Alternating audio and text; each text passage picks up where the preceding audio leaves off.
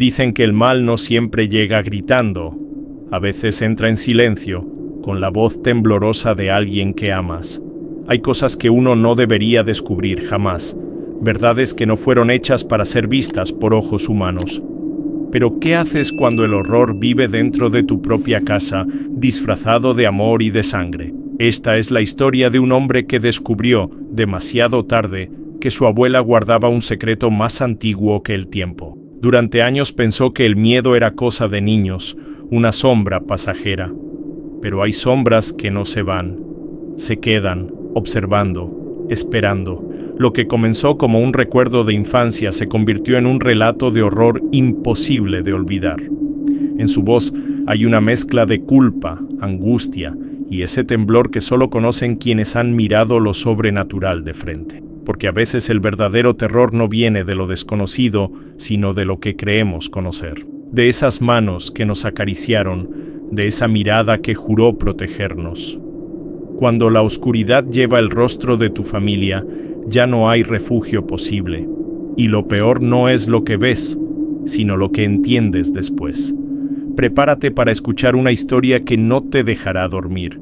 Un relato que mezcla lo humano con lo inhumano, lo real con lo imposible. Porque si alguna vez sentiste que alguien te observaba desde la esquina de tu habitación, tal vez esta historia te resulte demasiado familiar. Había una calma engañosa en la casa de los Ortega, un silencio que parecía dormir entre las paredes de madera. Diego, con apenas 10 años, creía que el miedo era cosa de cuentos, hasta que aquella noche se volvió parte de su propia historia de terror. Su madre trabajaba en el pueblo vecino, su padre desaparecía por días entre el licor y las sombras, y solo quedaba su abuela Eulalia para cuidar de él y de su hermano pequeño. Lo que no sabían era que bajo esa calma, algo oscuro los observaba desde la esquina más sombría de la casa. Eulalia tenía manos arrugadas y una mirada que cambiaba con el fuego, a veces dulce, otras tan fría que hacía temblar hasta el aire. Diego solía pensar que los adultos guardaban secretos, pero nunca imaginó que el de su abuela sería uno que despertaría pesadillas. Esa noche, mientras el viento golpeaba las láminas del techo, algo en el ambiente empezó a sentirse distinto, como si una presencia invisible se hubiera sentado a la mesa con ellos. El miedo, aunque sutil, comenzó a infiltrarse como un susurro. El horror no llegó de golpe. Primero fue un ruido leve, luego una sensación pegajosa en el estómago, una angustia que no tenía forma. Diego miraba a su abuela y juraba ver un leve parpadeo en sus ojos, un reflejo que no pertenecía a ningún humano. Su hermano jugaba sin notar nada, ajeno al mal que parecía acercarse con sigilo. Afuera, un perro ladró con desesperación, como si pudiera ver lo que ellos no. Eulalia encendió una vela. La llama tembló, proyectando bultos en las paredes, figuras que parecían moverse con vida propia. Diego tragó saliva, intentando convencerse de que solo eran sombras, pero algo en su interior gritaba lo contrario. En ese instante, comprendió que el miedo no era solo un sentimiento, era una advertencia. El terror lo envolvía, tan real como el aire que respiraba. La noche avanzó y el sueño no llegó.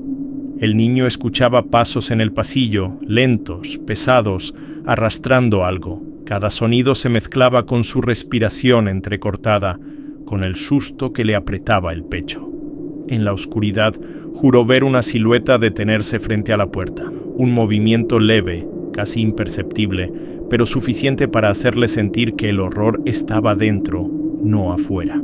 Cuando el primer gallo cantó, Diego seguía despierto, inmóvil. Su hermano dormía en paz, pero él sabía que algo había cambiado. No lo podía explicar, solo lo sentía. La casa ya no era la misma. Había algo nuevo, algo que se había quedado allí con ellos. Y aunque intentó ignorarlo, el terror se le había metido bajo la piel, prometiendo volver esa misma noche. La medianoche cayó como un manto espeso sobre la aldea. El viento dejó de soplar y por un momento el mundo pareció contener la respiración. Diego se removió en la cama, inquieto, hasta que lo escuchó. Un sonido gutural, áspero, como el de un animal atrapado entre la vida y la muerte. Su cuerpo se tensó. El miedo, ese viejo visitante del que nadie habla, se sentó junto a Nigel, esperando a que abriera los ojos. El niño se incorporó lentamente, sintiendo el frío recorrerle los brazos.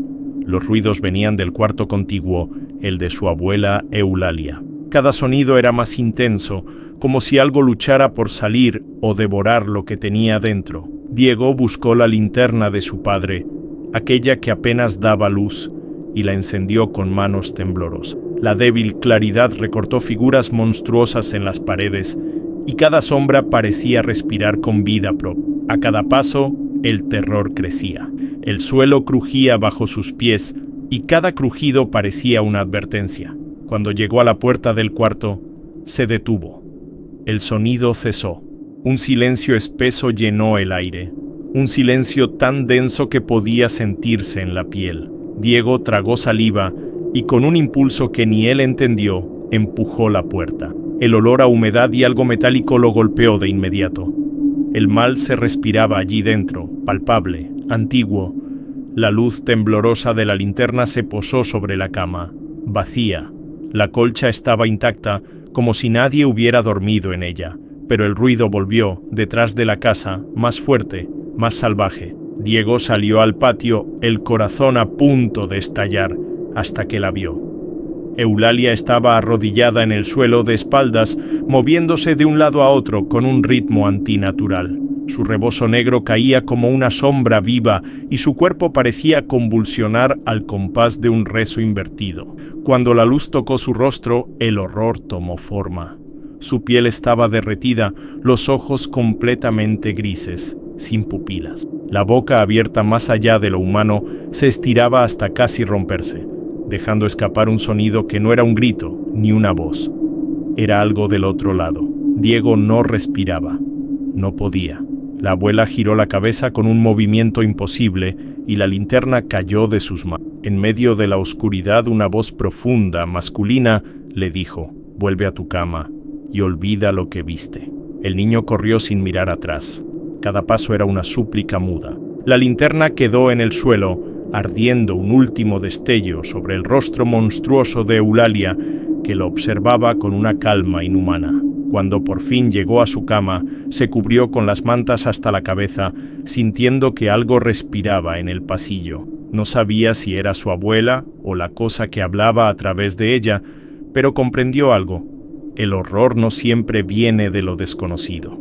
A veces duerme en la habitación de al lado.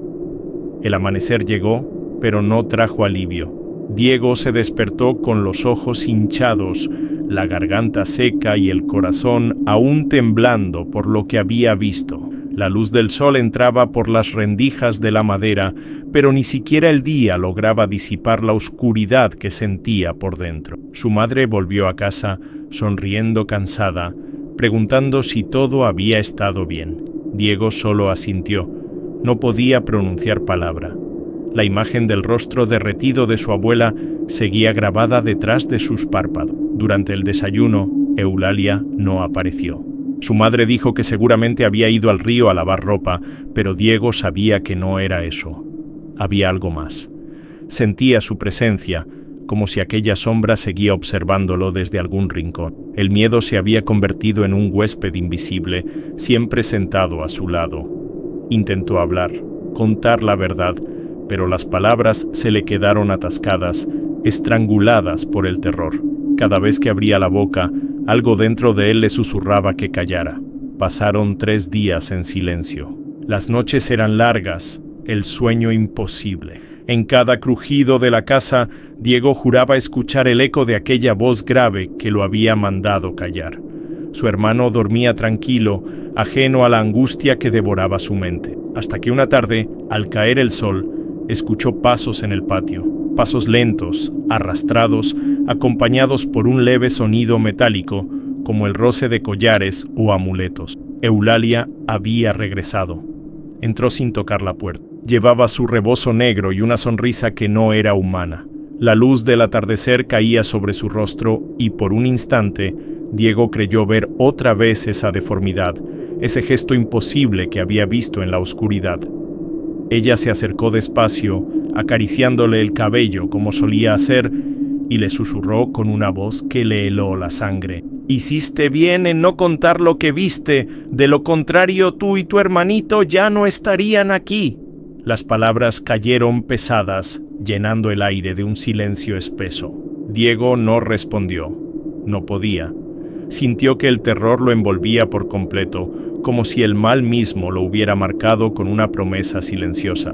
Su abuela lo miró fijo, con una calma perturbadora, antes de girarse y desaparecer por el pasillo. En el aire quedó un olor a humo y tierra mojada, el rastro de algo antiguo, algo que no pertenecía a ese mundo. El niño permaneció inmóvil, temblando, escuchando los ecos de su respiración.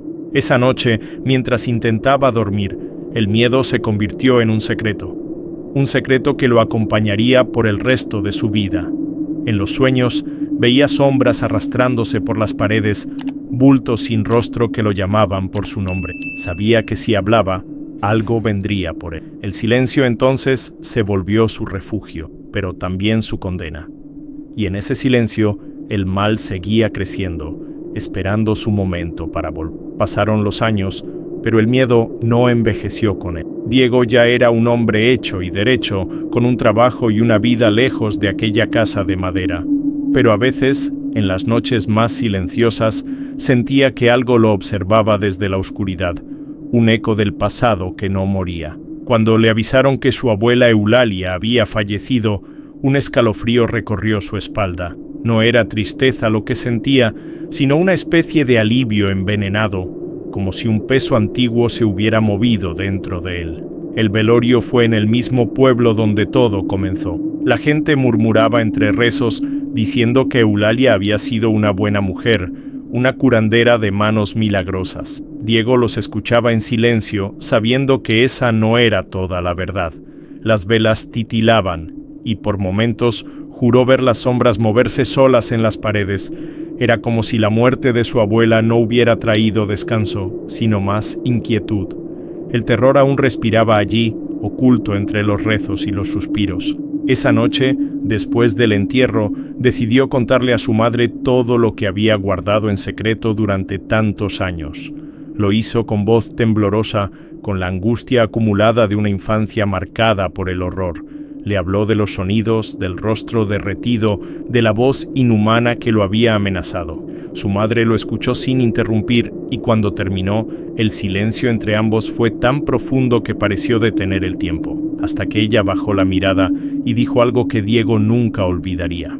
«Yo lo sabía», susurró con voz quebrada. «Sabía que tu abuela no era solo curandera. Hacía cosas, rituales que nadie debía ver. Invocaba fuerzas que no pertenecen a este mundo. Lo hacía desde antes de que nacieras». Diego sintió un frío recorrerle los huesos. Su madre le explicó que Eulalia había aprendido de una mujer del monte, una que hablaba con los muertos y usaba sangre de animales para abrir portales. Lo hacía para curar, decían, pero con el tiempo había traspasado límites que ningún ser humano debía cruzar. «Yo pensaba que todo había terminado», dijo ella, con lágrimas en los ojos, «pero ahora entiendo que te tocó a ti ver lo que ella siempre escondió». Diego no respondió. La angustia le oprimía el pecho. Por primera vez comprendió que el mal no muere con el cuerpo. Se hereda como una sombra que se pasa de generación en generación. Miró a su madre y en sus ojos cansados creyó ver algo, una chispa tenue, un reflejo gris, igual al que una vez vio en los ojos de su abuela.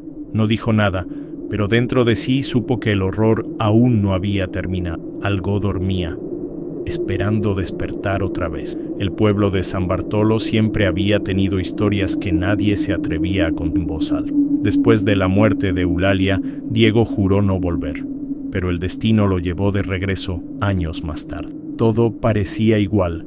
Las calles polvorientas, las casas viejas, el aire denso con olor a leña y lluvia.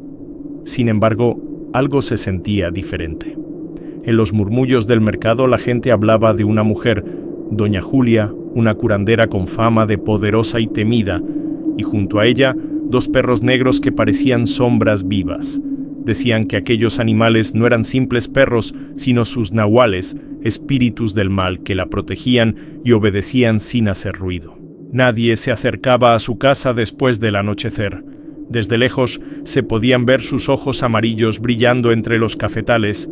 Diego escuchó esas historias con incredulidad hasta que vio con sus propios ojos a Julia pasar por la plaza. Caminaba lentamente, vestida de negro, con los dos animales flanqueándola.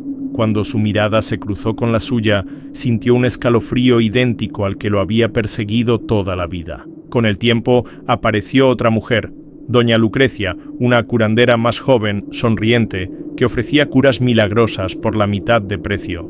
La gente empezó a visitarla, dejando sola a Julia.